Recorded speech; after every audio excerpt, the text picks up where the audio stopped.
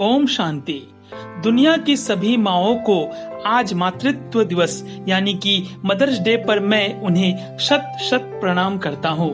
आज हम माँ की ममता और उनकी सहनशीलता पर एक कहानी देखने जा रहे हैं। इसे अंत तक आप जरूर देखिएगा।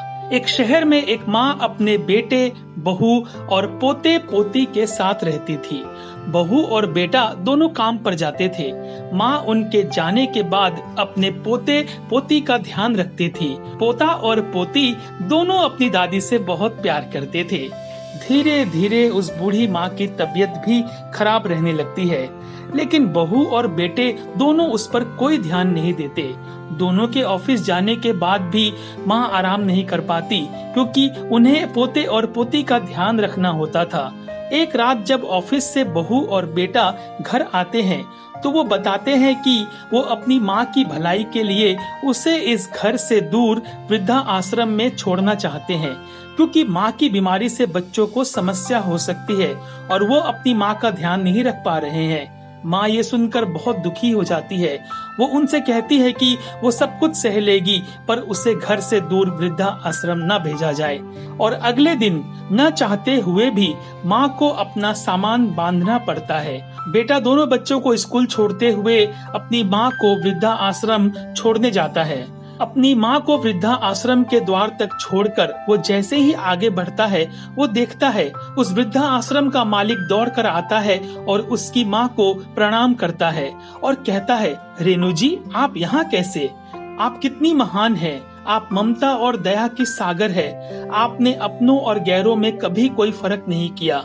आप जैसी विशाल हृदय की नारी को हमारे यहाँ देखकर मैं बिल्कुल चकित हूँ। बेटा ये सुनकर आश्चर्यचकित होता है और जब माँ अपने कमरे में चली जाती है बिना कुछ कहे, तो बेटा उस आश्रम के मालिक से मिलता है और कहता है, आप उस औरत को कैसे जानते हैं?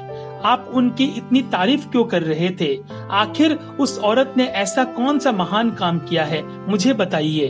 वृद्धा आश्रम का मालिक कहता है, उनकी महानता के बारे में आप जानना चाहते हैं तो सुनिए। वर्षों पहले वो इस वृद्धा आश्रम में काम करती थी। एक दिन इसी वृद्धा आश्रम की सीढ़ी पर किसी ने एक नवजात बच्चे को छोड़ दिया था। भूख प्यास से तड़पते बिलखते रोते बच्चे को देखकर उन्होंने उसे अपने सीने से लगा लिया और उस दिन से वो उस बच्चे की सेवा में लग गई और उन्होंने उसे पाला पोसा और उसमें अपनी दुनिया को देखने लगी। अनाथ को अनाथ नहीं समझा और उस बच्चे को भी कभी एहसास नहीं होने दिया। और आज जब वो बच्चा बड़ा बन गया है, काबिल बन गया है, कामयाब बन गया है, तो उसने अपनी माँ को वृद्धा आश्रम में छोड़ने का फैसला किया। और ये सुनकर बेटा रोने लगता है और कहता है, वो नाकारा बेटा मैं हूँ जो अपनी माँ को इस वृद्धा आश्रम में छोड़कर जा रहा था। उन्होंने मुझ अनाथ बच्चे को पाला पोसा, काबिल इंसान बनाया और मैंने क्या किया? उनकी बीमारी में उनकी थोड़ी सी सेवा न कर सका। उल्टा उनकी इस बीमारी में मैंने उन्हें घर से निकालने का महापाप किया। अब तो भगवान भी मुझे कभी माफ नहीं करेंगे।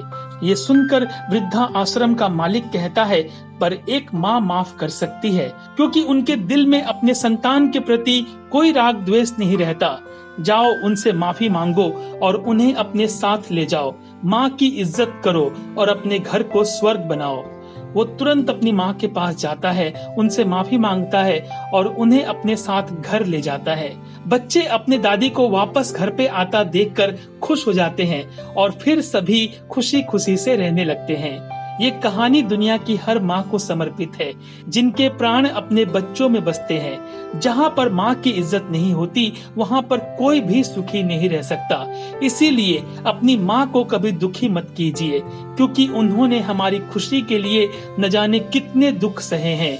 इस मातृत्व दिवस यानी कि मदर्स डे पर अपनी जिंदगी का बस एक दिन अपनी माँ की इच्छा पूर्ति करने में लगाइए। और ये कोई मुश्किल काम नहीं है, क्योंकि एक माँ की असली खुशी बच्चे की खुशी में है। अगर आपको ये कहानी अच्छी लगी है तो इसे शेयर कीजिए, लाइक कीजिए और अगर आप हमारे चैनल पर पहली बार आए हैं तो हमारे इस चैनल को सब्सक्राइब कीजिए और बेल आइकन को प्रेस कीजिए। ओम शांति।